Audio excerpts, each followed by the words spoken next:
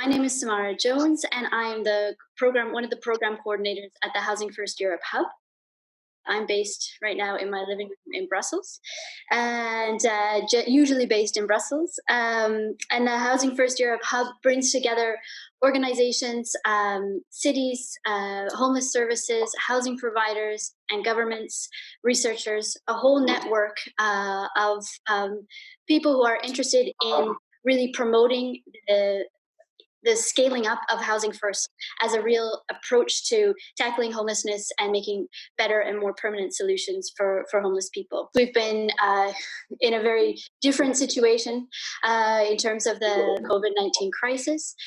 And in particular, that's meant that the housing situation of homeless people has come to the fore in a way for many people that it hasn't before. So a lot of people have been thinking about it, how many people are not able to shelter at home. Lots of organizations have had to shift the way they work, but we've also seen some positive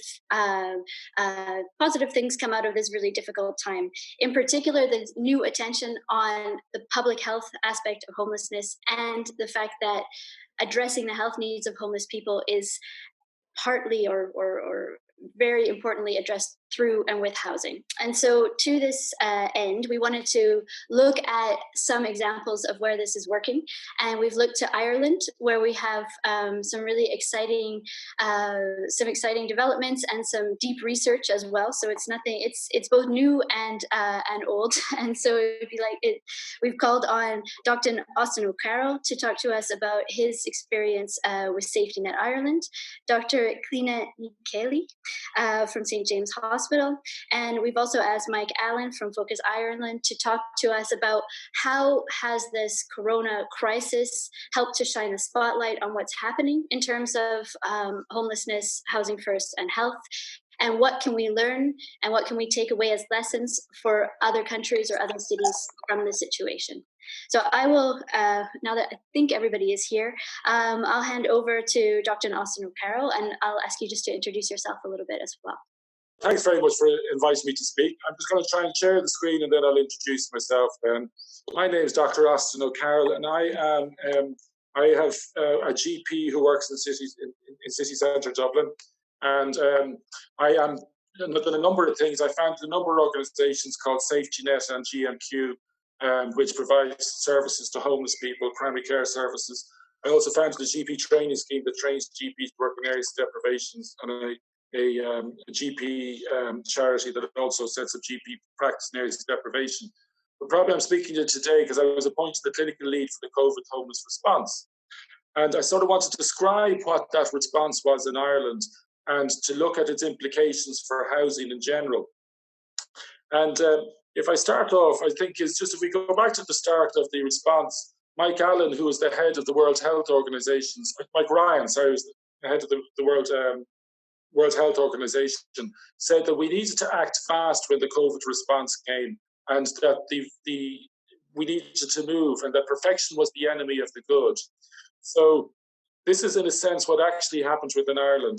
Before the COVID response, Ireland, like everywhere else, had a homeless population that suffered from extreme levels of morbidity and low and poor life expectancy. This is borrowed from Al's story, and he talks about the health impact of exclusion. And he talks about how, as we go up through poverty, how the rising indices of worse morbidity and poorer life expectancy figures.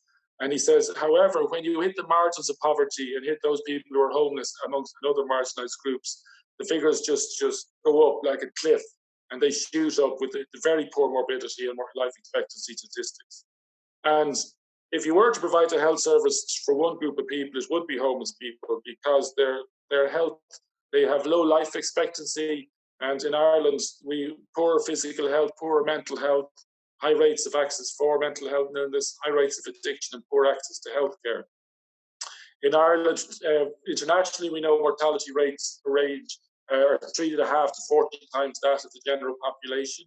In Ireland, Fiona O'Reilly and ourselves conducted this research called Homelessness in a Healthy State, where we found 1 in 33 homeless people had HIV and 1 in 4 had hepatitis C. 1 in 2 had depression, 1 in 3 had attempted suicide in their lives. At some stage, 13 out of 100 had a diagnosis of schizophrenia. Forgot to add 1 in 5 had attempted suicide in the previous 6 months. 30% of homeless people in Dublin are heroin misusers, 41% drink above the limits, and 25% don't have a medical card. That's how you access free healthcare in Ireland, is through a medical card. And all homeless people should have these, but they don't. And this is a reflection of Tudor Hart's inverse care law, that the people who most need a healthcare are least likely to get it. So we knew that basically, if there was one group of people who were going to suffer, it was homeless people, because first of all, their health was very poor when this COVID crisis was coming. So we knew that those with poor health were the ones who were most vulnerable. But we also knew that because homeless people lived in residential settings with shared dormitories, shared eating areas, and shared drop-in centres, and the fact that they all congregated in addiction centres, food halls, we also knew that their addiction behaviours caused them to congregate. Both the poor health and these behaviours and these living conditions meant that homeless people were seen as a particularly vulnerable group as COVID approached. And we were really concerned about how it would affect the homeless population. So this is how we responded. And the first thing is we responded extremely quickly. Speed was of the essence. And in a sense, I say governance followed action. We often took action, and in the first 3 weeks, we took lots of actions. And the second 3 weeks, we actually wrote up the governance, the policies, the procedures, and the protocols. So governance, in a sense, followed action.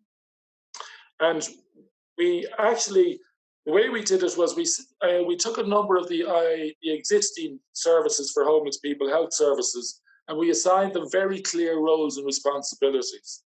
So we have an organisation called Safetynet, which provides primary care to homeless people and has a mobile health screening unit. And Safetynet were given the role to triage and test homeless people who were suspected of having COVID. And once we tested them, Safetynet also provided the follow-on medical care for homeless people who are either suspected or who subsequently proved positive. They monitored them and both every day with medical and nursing care and interventions. We recognized that as soon as we tested someone who was potentially positive, we needed to isolate them. So the HSE immediately worked with the DRHE, with the Dublin Regional Homeless Executive.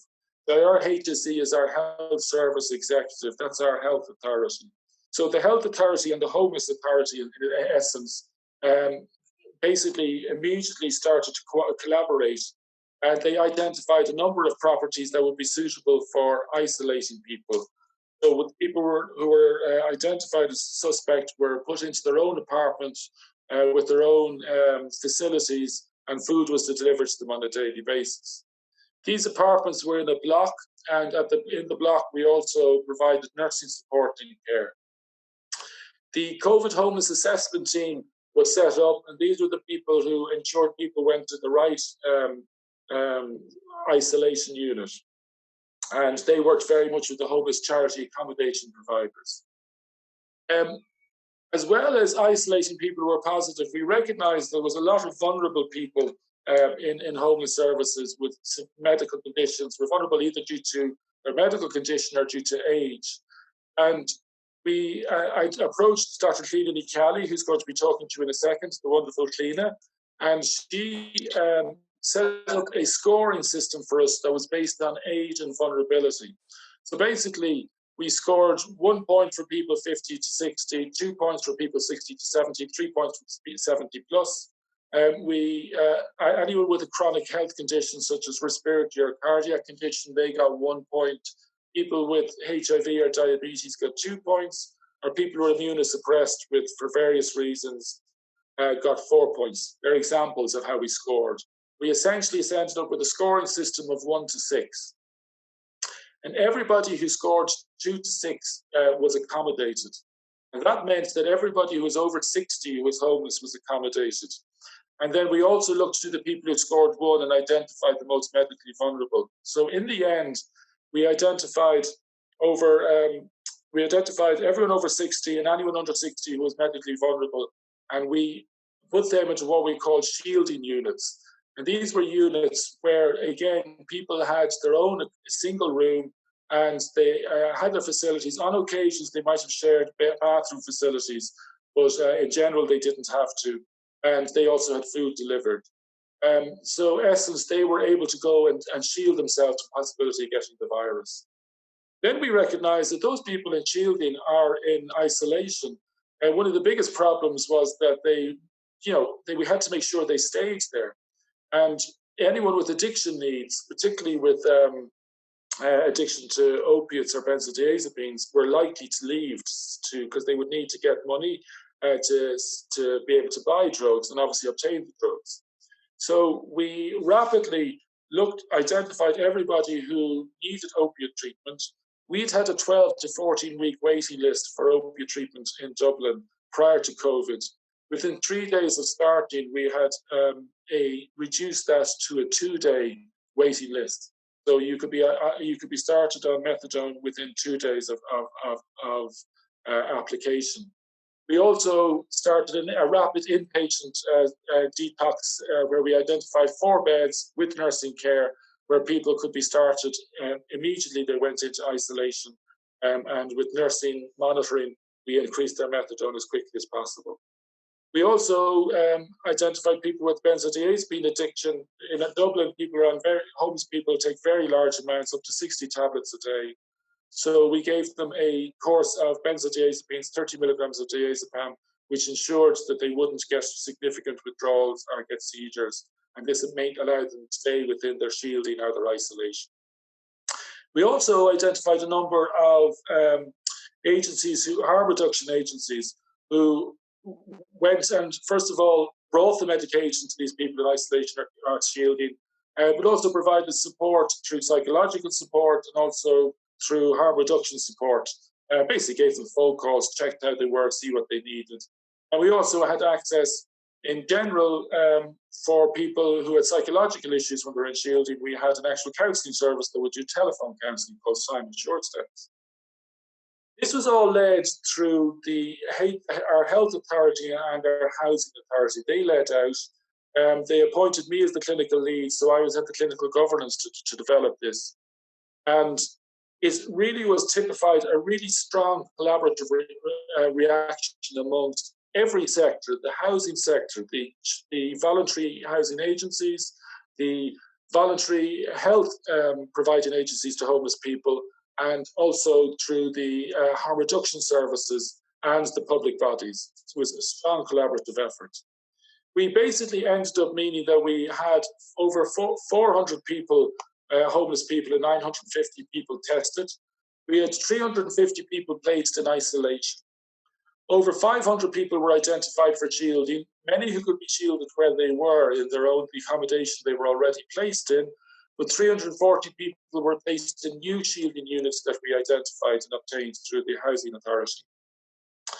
We also identified certain accommodations, we call these private emergency accommodations, where while they weren't technically overcrowded, there were people who had rooms where there was up to 8 people in a dormitory together.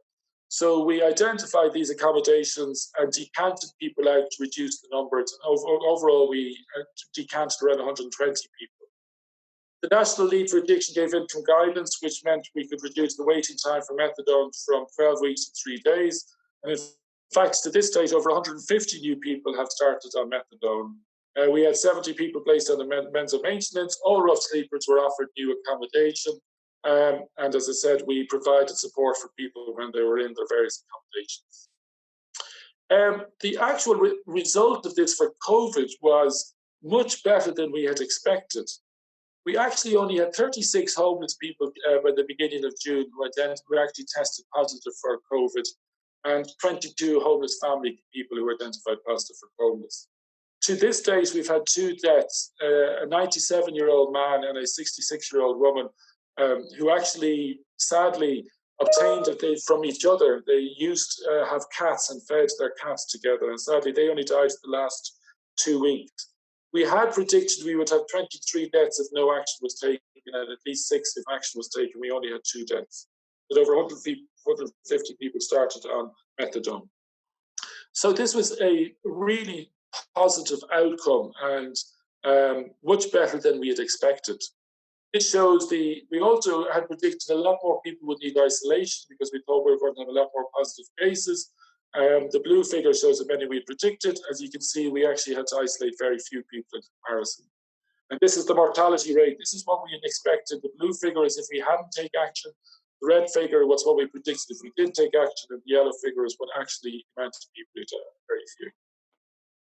So the big learning for ourselves in this was that health is inextricably linked to housing, because really the big key feature to protecting people was getting them into their units where they had their own accommodation with their separate facilities and a decent level standard of living. We also learned that housing and homeless were dependent on economic policy, because what enabled us to get all this extra accommodation, the housing authority, was the collapse of the rental market, both Airbnb and the hotels. And suddenly all these accommodations became available. And also suddenly people stopped losing their rental accommodations. So the numbers entering homelessness dropped for a period of time. We also learned that collaboration amongst organizations works extremely well. And there was a number of factors that had worked against collaboration in the sector, which we're now addressing. We also learned that having a clear mission and a real clear level of structure where people knew their roles and responsibilities enabled the team to work very effectively together.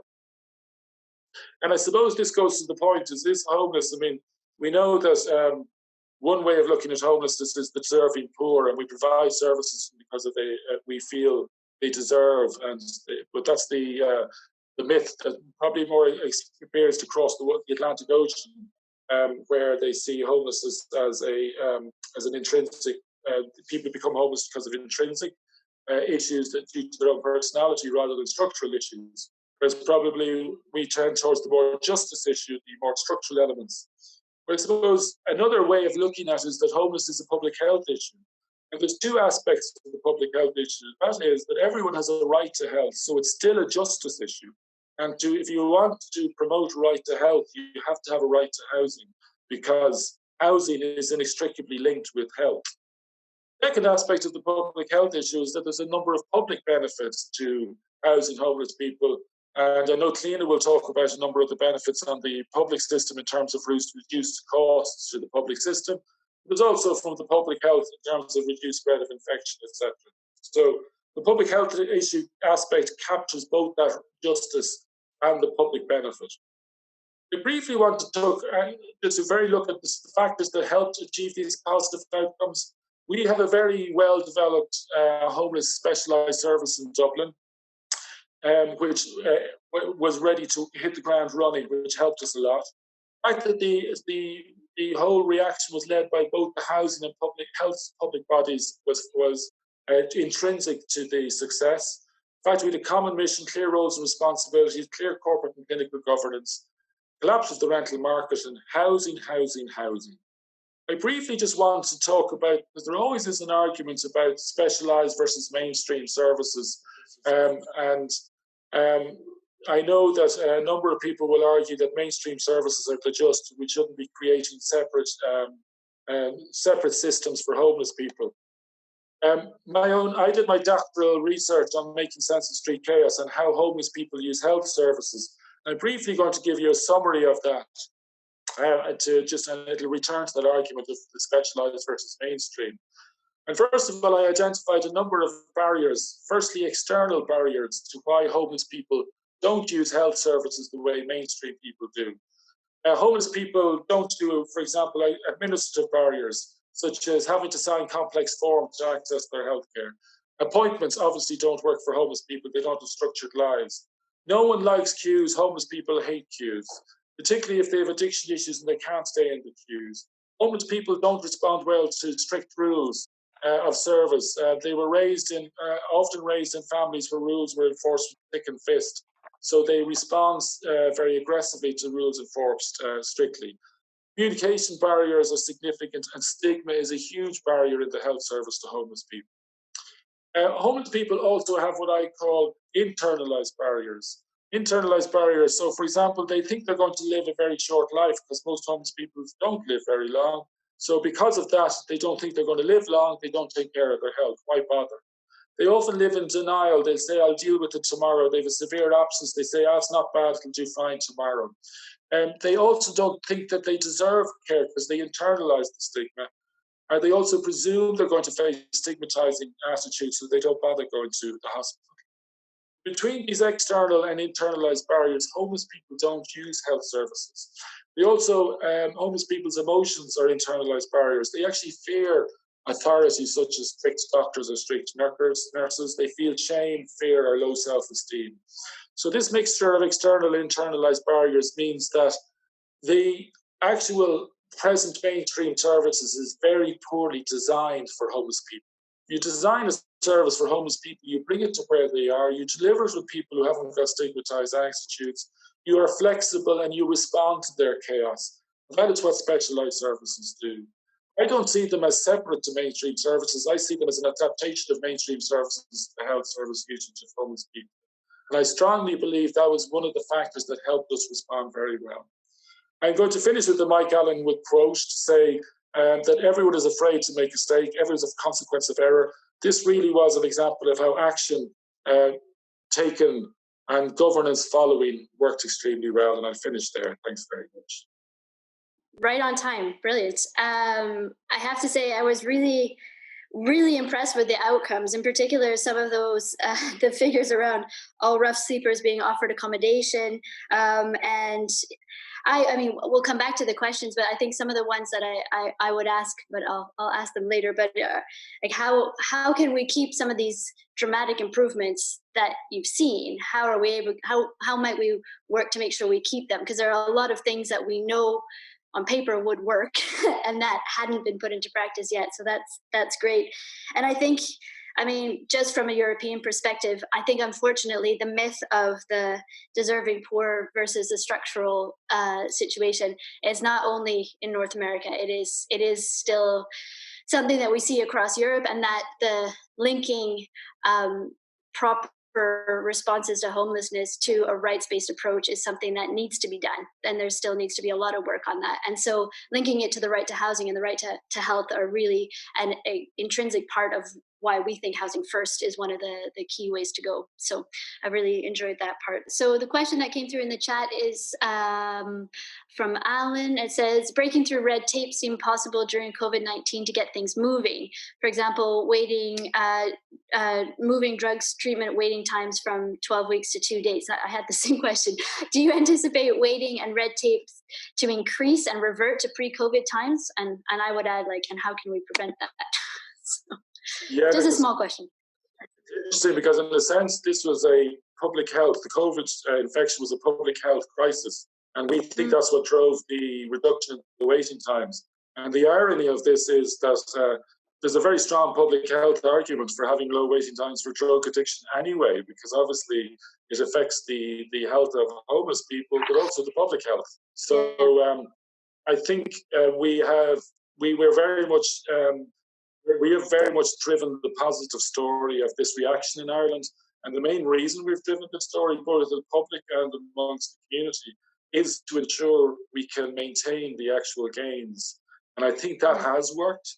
So I think where you have had positive stories, you should really sell them, because that creates the platform. You can then build the arguments for saying we need to maintain these gains. And we are actually in the process of ensuring that we maintain those gains at the moment. So I do think we will maintain.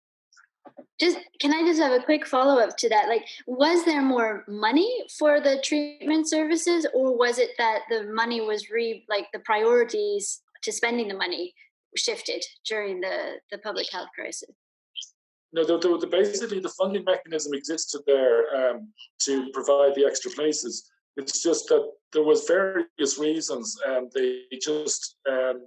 they kept a cap on the amount of people they could see at a particular time. Okay. And I think I personally think there's this balance between people being afraid they will do harm by overcrowding services, so that you reduce the quality of service. So people try to maintain that, versus the harm done by leaving people out there waiting. In fact, we just recruited extra doctors, so it wasn't much extra funding we required. We only recruited an extra doctor, and we were able to. Okay, well, it's That's good to know that it's not a question of necessarily needing tons of more money to be able to do something better. So maybe now we'll move on to, I'll do my best to pronounce Clíona's name. So Dr. Clíona Ní Cheallaigh, who is going to speak to us also from Ireland. And again, I'll hand over to her to let her introduce herself and to start her presentation. So I'll just start by explaining a little bit about what I do, because it's unusual and it's unique to Ireland. So I'm a hospital consultant in inclusion health, and there are now 2 of us in Ireland. So I have a colleague, which is fantastic. And what we do is we recognise that people who are socially excluded, with homelessness being a strong marker of social exclusion, have unique, complex health needs that are best met with specialist support in a hospital setting. And in Dublin, because we've had a massive homelessness crisis over the last 5 years or so, with the numbers of homeless adults, single homeless adults skyrocketing, it was evident that they were a significant proportion of the work that we were doing in the hospital. About 10% of our medical and surgical inpatients are homeless. So there was a need for a focused service to meet those needs. And when I'm talking to my medical colleagues, I usually say it's a little bit like geriatric medicine care of older people, in that you have a cohort of people with lots of complex chronic disease, complex psychosocial circumstances, and knowing the patients and knowing the system can make a big difference.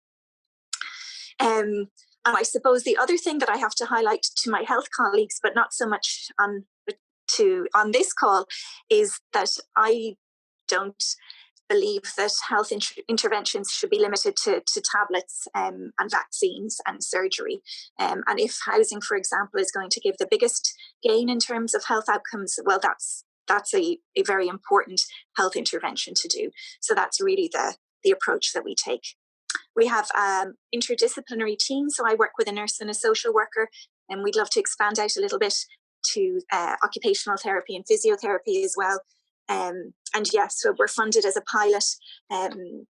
Actually, I think it was initiated by Housing First, the funding scheme that we're under, to facilitate discharges from hospital, but hopefully the 2-year pilot will be extended beyond. So those on the right, that's the team that I work with. And I'm really fortunate in that Anne-Marie, who's the nurse in the middle with the colourful scarf, and Niamh, who's the social worker at the side in the stripy dress, are both incredibly committed and very psychologically and socially astute. So we have a really great team. So we've been operating in various ways for the past 4 years. My background is in infectious diseases. I'm trained as an infectious disease specialist.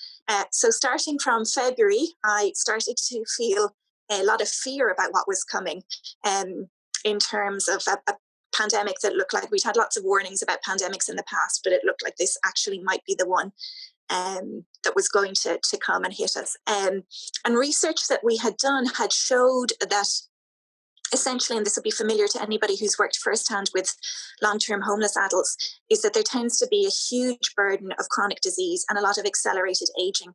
So we usually would use as a rule of thumb that people are 30 to 40 years older than their chronological age. So a homeless person in their 40s may well have the biology and the health needs and kind of the immune system of somebody in their 80s. And we know that age is a huge risk for severity in COVID. So this was one of the things that was worrying us. So this is just data showing essentially that long-term homeless adults in Dublin have the amount of comorbidities of chronic disease that's greater than 85-year-old plus people in Scotland, and that their grip strength and frailty scores, so those are really good measures of people's biological age, are greatly accelerated.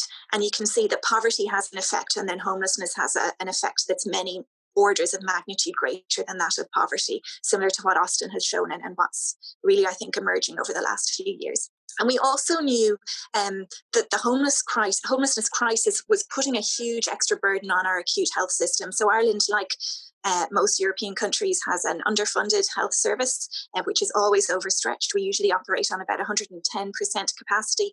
And we had seen that homelessness was associated with a greatly increased need for acute healthcare. So really it was sort of the perfect storm in terms of a group of people who were very unwell to start with, who frequently needed a lot of hospital care and who were potentially going to be very severely affected by COVID-19. And I think this slide is really, really interesting for me with my research hat hat on. I don't know if you can, hopefully you can read the labels, but we've done some work looking at in patients who come into hospital, what is associated with how sick they get.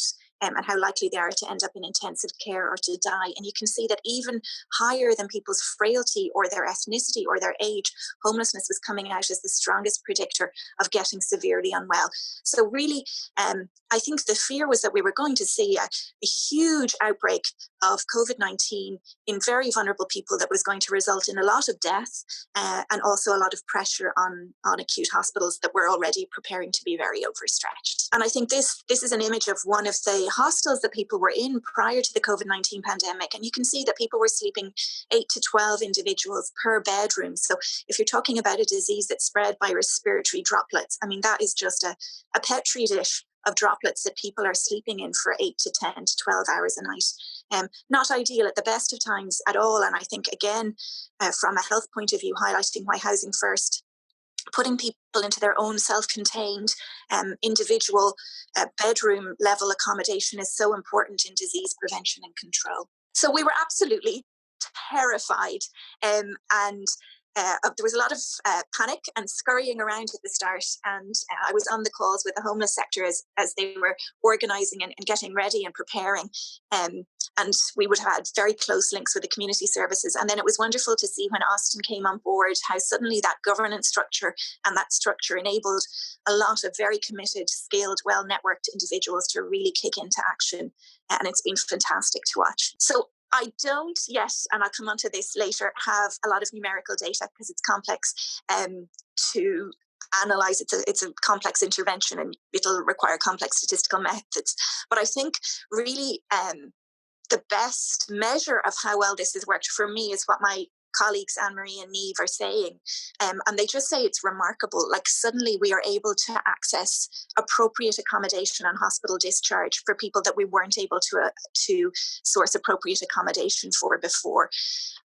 The majority of the people that we're seeing, of whom we're seeing probably 20 to 30 admissions per week of homeless adults, were being discharged to those dormitory style bedrooms with very severe chronic disease. Many of them were end of life or had high level requirements or mobility requirements or all of those. So suddenly to be able to put somebody into cocooning, into a self-contained accommodation with appropriate addiction and psychological support was just phenomenal. And we were also able to see that some of the individuals that we've been working with for years, trying to get them to a point of stability from which they could access accommodation, which I know Housing First is a really good means to address.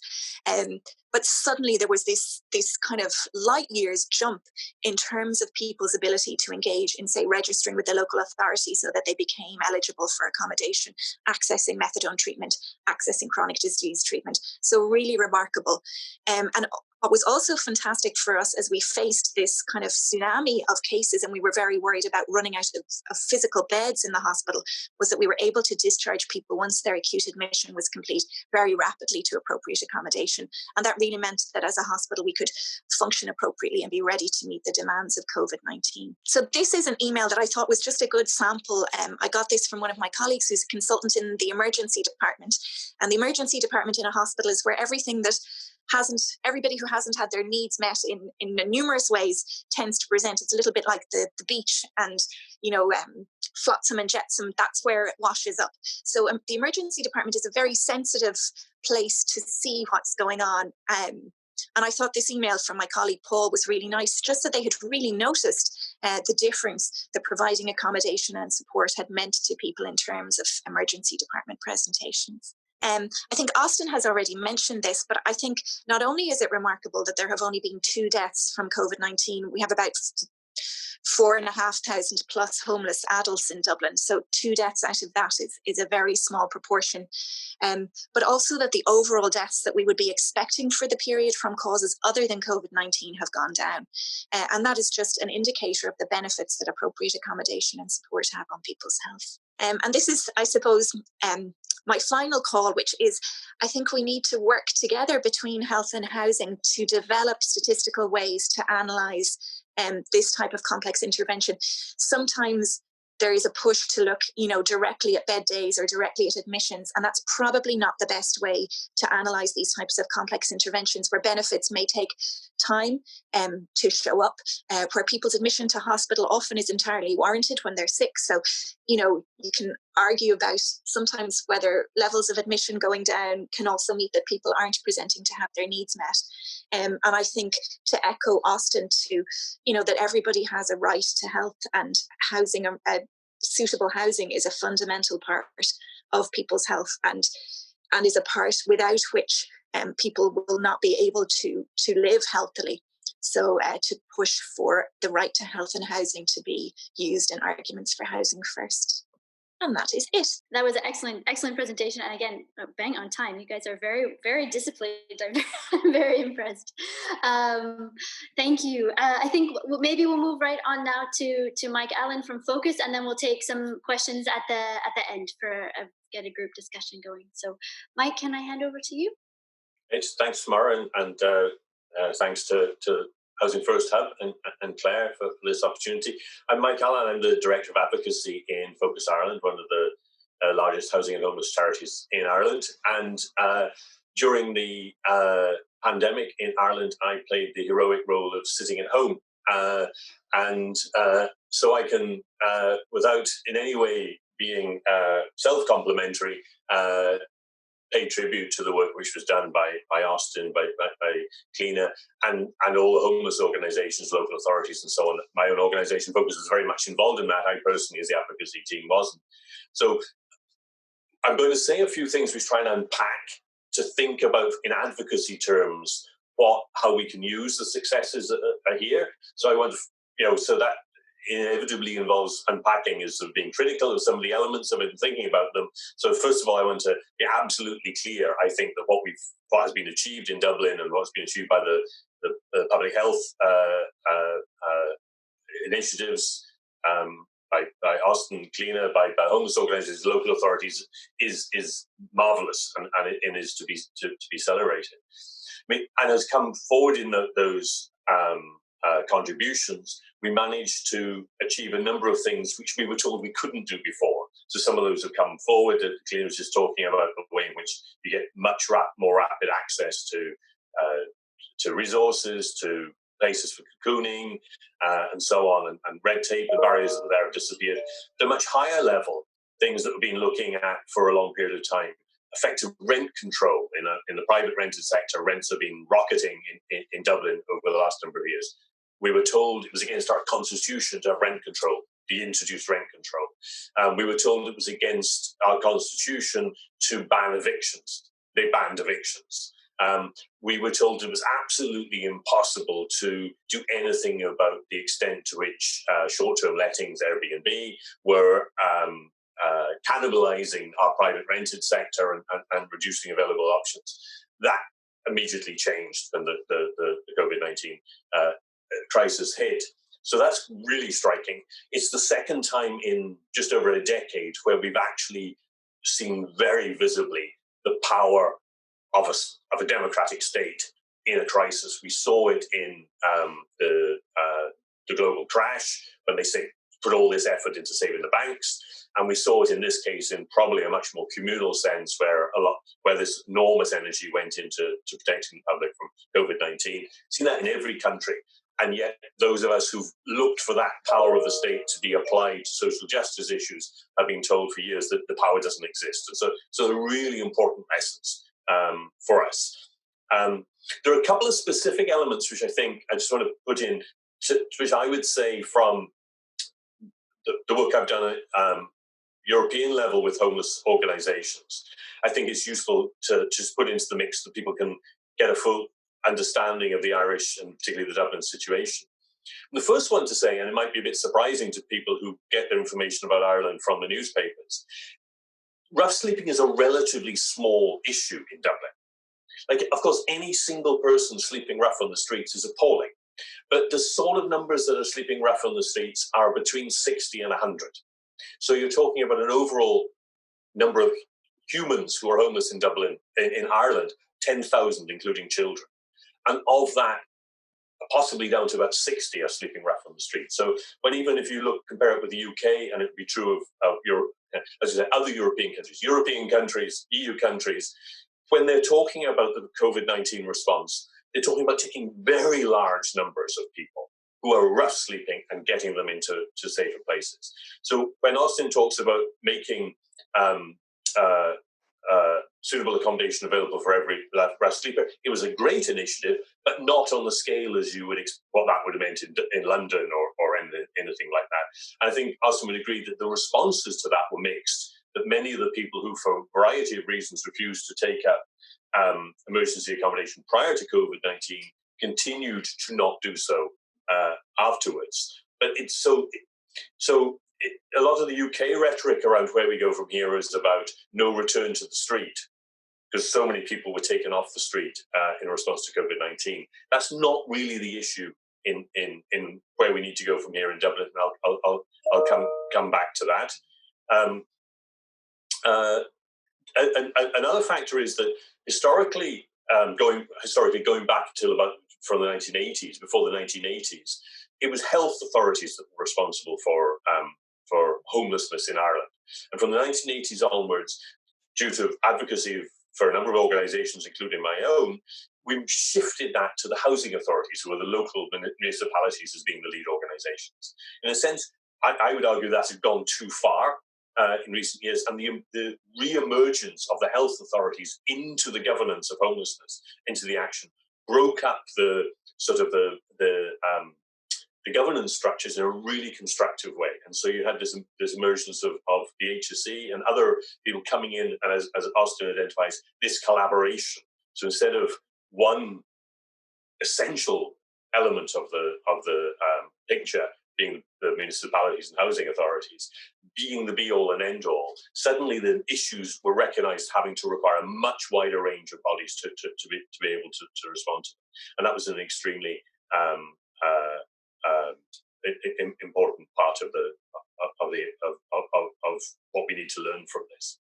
I think one of the other things we need to remember in terms of, I think it's right, and I entirely agree with Austin, that you've got to celebrate your successes, but you've also got to think about what they mean and where they might go to. So one of the things I would say about the homeless sector is it's very good at emergencies. It likes emergencies. It likes to turn things which aren't emergencies into emergencies, so that when an emergency comes along, it's in its native environment, and it responds extremely successfully to that. And then there's a good feel-good factor about that.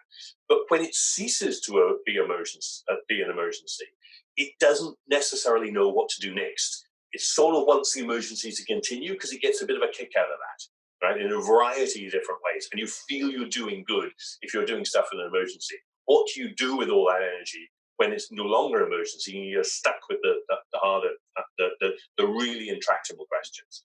And up until listening to the discussion now and thinking about this, I've been characterizing this as a forwards, not backwards issue. That what we want to do is to take what's been achieved, positive things that Austin, Clíona, and I've identified here, and move them forward in terms of, rather than going back to where we were.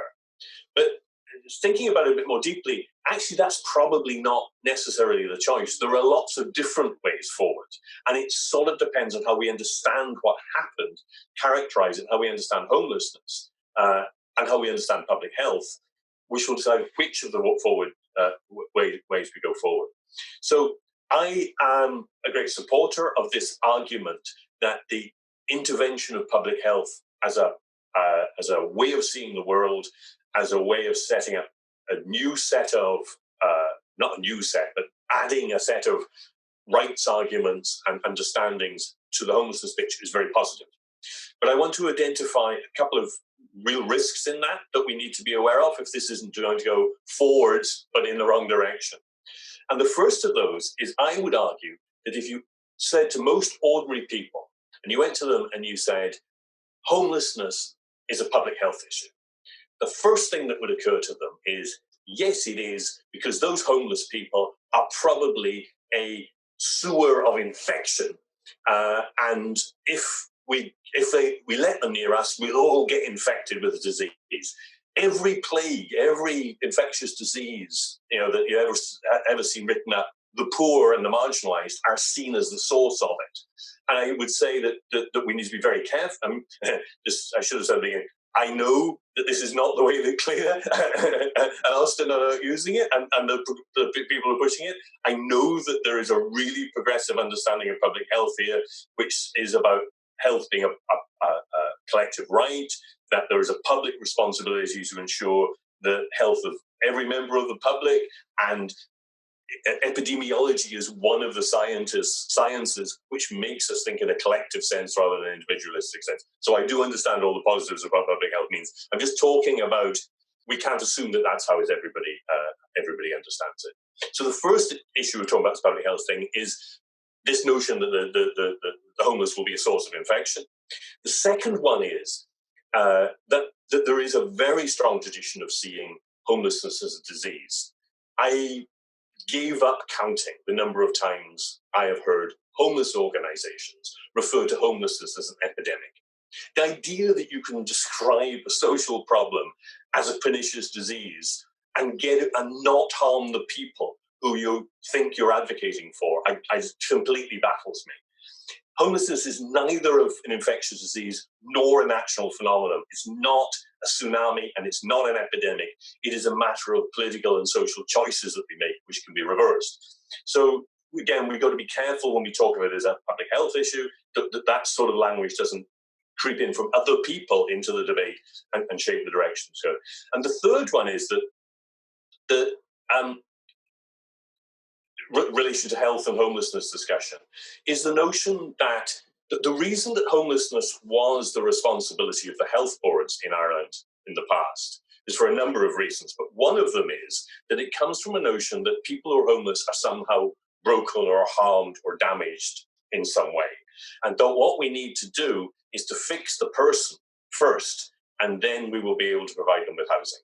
So when progressive people like Clíona and Austin and others talk about homelessness in the health context, it's really, really important that, and they do, both Clíona and Austin did address this issue, but just to remember that we need to really be clear that that's not what we're saying, that we do not want to return to this notion of that people who are homeless are in some sense sick, and that sickness causes their homelessness, and we make them well and then they become homeless. I think those are really tricky challenges, which thoughtful people in the public health sector have thought about, but possibly people in the homeless sector haven't thought about and are a little bit too enthusiastic to just suddenly lift this language from public health without examining the way it might explode in our hands. So just two final points. What could that mean? What does that mean? What sort of thing am I saying could happen if it goes wrong? So we've heard, I've referred myself to the reduction in the short-term rents and the Airbnb, the collapse of that market in Dublin, and that bringing private sector housing, which can be used for housing for people moving out of homelessness, onto the market. And there's been some really high estimates of what has happened and what can happen there. But if you actually look at the data produced by the local authorities, most of the short-term letting units which came on the market and which have been leased by the local authorities as part of their homeless response are being used as emergency accommodation. The number of people who are moving out of homelessness into actual long-term private sector rents, as in other words, a full exit from homelessness, is exactly the same as it was prior to the crisis. So the opportunities which are being created there are being absorbed by providing better emergency accommodation. So better emergency accommodation for people is a really good thing. Like, it's not a bad thing, but it isn't the solution to homelessness. The solution to homelessness is not better emergency accommodation. It is homes. And so we haven't yet actually seen evidence that there is a step change in that. Now, our own staff and our own people are saying there is a change, and we are seeing more people exiting to private emergency accommodation, to private rented accommodation with full, proper private rented leases. So anecdotally, there seems to be something happening there, but the data that's currently available shows that nothing is happening there. So it's still an open question. So we need to be very careful as to what has happened and make sure that what we really want to achieve is actually coming about. And the last thing I want to do is reflect on the point that Austin made about this argument that you shouldn't set up additional new services, separate services. You should rely on the mainstream one. I first came across that idea in Dennis Culhane's writing, and I found it to be a really, really powerful idea. And I think, and Austin is right in this, that it can become a sort of an ideology rather than do the job it was meant to do in the first place. Because what I think Dennis Culhane was getting at in there is you don't want to set up a system which is exclusively for homeless people. And when they stop being homeless, they can no longer access it. So in other words, you lock them into their homelessness, because the only way they can get their health care, the only way they can get their methadone, the only way they can get all the mental health supports they need is if they remain homeless and continue that identity and that socioeconomic status. And the minute they do that, they suddenly open their own, because you've locked them into homelessness. And I think Dennis Culhane is right on that. Is an insight which comes, I think, quite a lot from the American system. What is unique in Dublin, and I think when we're trying to use the success of the Dublin model in advocacy and explaining things elsewhere, is actually this role that Austin's organisations and Clíona's have done, which is moving not just in homelessness, but particularly in Housing First, because both of them referred to Housing First. So they're not just working at homelessness; they are the primary responses to Housing First, which means two important things. One is that they understand Housing First. In an intellectual way, they understand what it is, and they understand, and both of them then refer to the right to housing as part, along with rights to health. But they also understand the nitty-gritty of that, the actual reality of that transition. So while having specialist services for people who are homeless, they've achieved the really crucial capacity to continue to work with those people even when they're not homeless, so that they don't fall out of the system and follow them through. Now, how long that continues, whether that somebody who's been housed for 20 years is still seeing Austin, I don't know. But you wouldn't want to be too ideological or precious about it, because it supported them to exit homelessness rather than to stay there. So I think that there's a lot to be learned from the achievements of what was done in Dublin, in Ireland in general, in this, but we need to see them in the context, and we need to sort of continue to frame it around our understandings with Housing First, and use the knowledge that the health services in Dublin have to make sure that it's that full, broad message that is carried forward if we're going to use this in advocacy terms, rather than it just gets broken back up again and isolated, and we end up with the wrong lessons being learned. Thank you.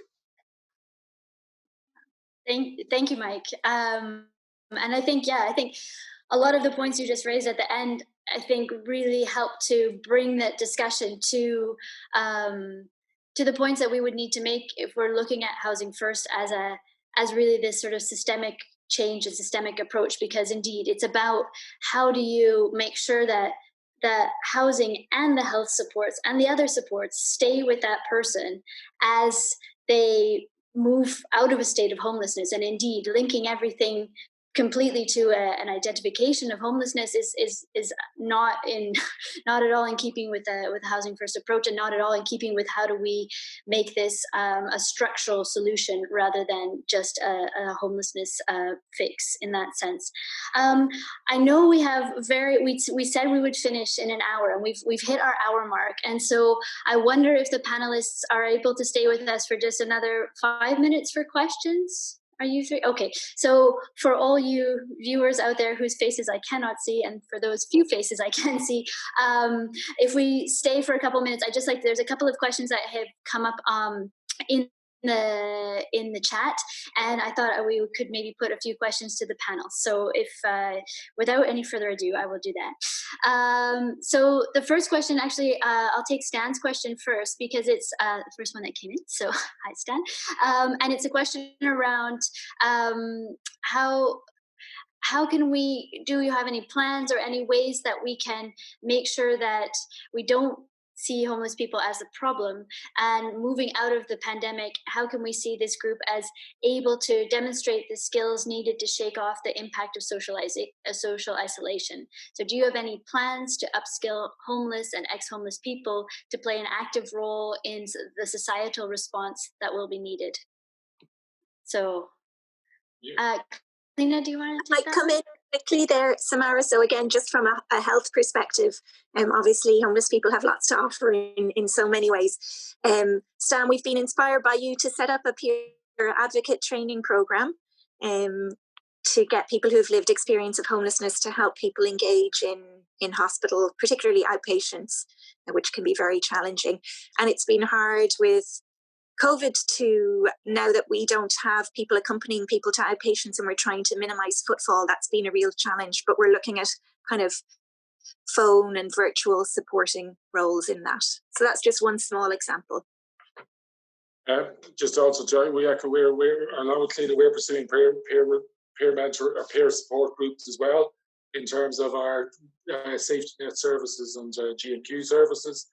And also, you'll be glad to hear that on the health side, in the health authority, the person who's most responsible for helping me is an ex-service user. Two ex-service users were working by my side, and their experience was crucial to how we managed many of the issues we faced. Great. Okay, thanks. Another question from Dalma at Fianza, just that the flexibility and cross-sector cooperation that was achieved during the crisis was quite remarkable. And what would you say would be key to keep this, this sort of step forward that we had? How can we maintain the cooperation across sectors that sometimes or often don't always work so well together? Can I try that, Samara? Please. We're actively working on this, and I think the things we identified are, firstly, is that there was no real clear corporate or clinical governance prior to COVID. We had different lines of responsibility, different reporting lines. So we believe there should be one clear clinical and corporate governance lead, and that they should be able to direct the whole team. We also believe that organizations need clear roles and responsibilities. There's an awful lot of duplication of services, and duplication of services obviously leads to inefficiencies, but also leads to competition, because it means one organization is competing for patients and funding with another organization. So one of the things we're looking at is how to make sure the roles and responsibilities going forward are clear and distinct, but the organizations don't need to be in competition then, and that will promote collaboration. And also we're thinking of both formally promoting collaboration through service level agreements, but I think you can only do that so much formally. A lot of it is about selling your mission and your vision of where you want to go. I think a big believer is if organizations sign up to a clear vision and mission together, and that's what we did through COVID. It was a real simple mission: prevent the homeless people from being affected by COVID. To bring that forward and unite everyone, that we're all working together to improve the health and housing of homeless people, that will promote collaboration. So you can vote formally, but you have to do it as part also of the informal channels too. I don't know, Mike, do you want to come in on that one as well? On the sort of working across sectors and addressing that inherent competition sometimes in the system for us. Yeah, I agree with what Austin is saying, and what they're trying to achieve is good. I think that there are both legislative and ideological issues, like the way in which the local authorities are the lead authority in this area is set down in legislation now, and replaced a sort of a more collaborative approach which existed about 10 years ago. So it's a legislative basis.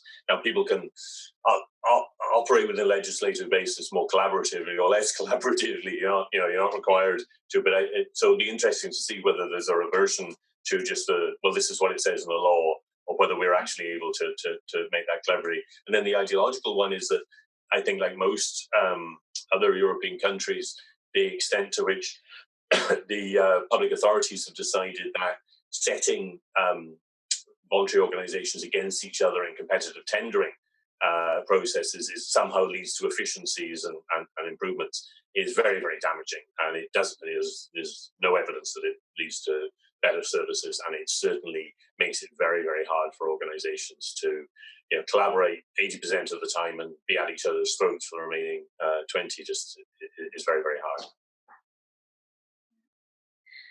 Okay, I think I'll take. There's just one more question that came in on the chat from Gerben in the Netherlands, saying that he felt that there were a lot of sort of parties that needed us now in this crisis. So us being homeless services and so on, and Housing First. So how do we keep these maybe unusual allies on board as we move into the next phase and maybe hopefully post Corona crisis? Yeah, in a sense, this is the big question. I mean, it's put in terms of people needing the particular people around the table here, or being in terms of solving this now. But it's a much deeper question about whether this will be a shift in direction away from the individualization, the privatization, the who can win most in individual competition in the market sort of approach, which has dominated sort of thinking increasingly for, God knows, the last 50 years, to a recognition that actually the sorts of things that make us human and make us healthy and well and so on are not the things which tend to be valued in the private market in the way that's existed for the last number of years. How do we do that? I don't think it's just going to happen. I think it's going to need some quite deep political thinking and finding allies both at a political level and an intellectual level and at a local level. Other than saying it's going to be hard work, I'm not exactly sure where that hard work will needs to be placed. But it is about keeping those alliances open. And I suppose just like discussions like this are absolutely crucial to that process. I mean, this is part of how we are going to do it, by having this discussion. And just if I echo, I just want to echo Mike's points. I think, for example, it's from the point of view of like we didn't go on to sell housing as a public health issue. We're just addressing a public health issue. And I think that the discussion with Mike and yourselves brought up the concept. But I think, for example, Mike, even maintaining the discussions between you and us about we all are giving messages about homelessness. And we actually rarely sit down and discuss about a common message and a clear message that we can constantly repeat from both sectors. So I agree totally that where we're pushing homelessness as a health issue, we need to be careful of those issues that people perceive homeless people as unhealthy and a source of infection, rather than what we're saying is that we're trying to say is that structural issues which you as a society have created cause this poor health, and it's your responsibility to address the housing that's maintaining the poor health. So I think it's somehow coming together and maintaining those things to come up with common messages. Won't get confused through a plethora of different messages from the sources. Great. And Clíona, maybe I just don't know if you have another something you want to add before we wrap up. It was just a tiny point, just coming back to what Mike said, and about the risk of making services dependent on people being homeless. So from a health point of view, I would argue that homelessness is a manifestation of social exclusion. So we certainly would recognise that people who may now be housed for a long period of time may have the same health needs and need for support as people who are currently without a home. So that I think in a health setting, it should not be a strict definition of housed or not housed, because it's a manifestation of issues that are underlying. Great.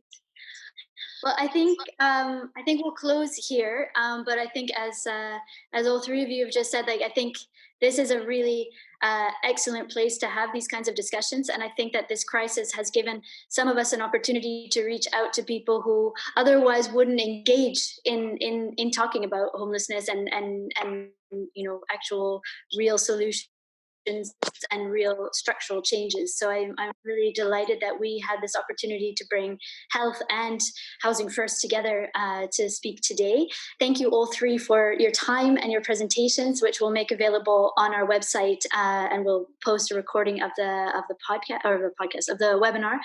And thank you to everybody who stayed for the extra 12 minutes and for your engaged questions and commitment to the discussion and to this sort of thinking, like how can we make sure that we are choosing the right ways to move forward, because as Mike said, there's lots of options open to us now. So what can we make sure that we hold on to, that we want to keep from what we've developed in this time of crisis, and how do we make sure that we don't fall into the bad habits that we had in the past and the bad policies. And so anyways, thank you very much. It's really great to see, certainly because we can't travel and meet all of our colleagues around Europe. It's really wonderful to see you on screen and in your backyards and living rooms and offices.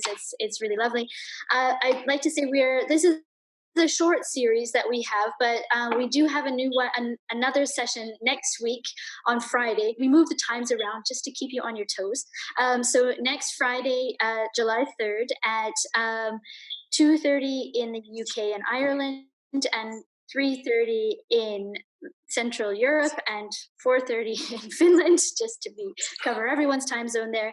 We're going to be joined by colleagues in France speaking in English, so it's great for us that they're making that effort to speak to us in English, because in Lyon they have decided, they've used this moment of the corona crisis to put together a very ambitious plan to scale up Housing First and really shift structurally how they address housing and homelessness. And what's very interesting is they're also looking at this question that often gets left off the table when we talk about Housing First, is that they're looking at people who are undocumented migrants, asylum seekers, people who don't always have recourse to public funding. And they've said, we've got to tackle this as well. They've also brought in the shelter providers as well as the housing providers, and they've brought everyone together to try and put forward a plan of real action. And so they're joining us to talk about, in a very honest and open way, about the plan and about what they think might be the obstacles to success. But they are joining us next Friday, so it'd be great if you can join us too. So thanks very much, and thank you especially to Claire, who made all of the technical stuff happen and all of the messages. So thanks to you all, and have a great day.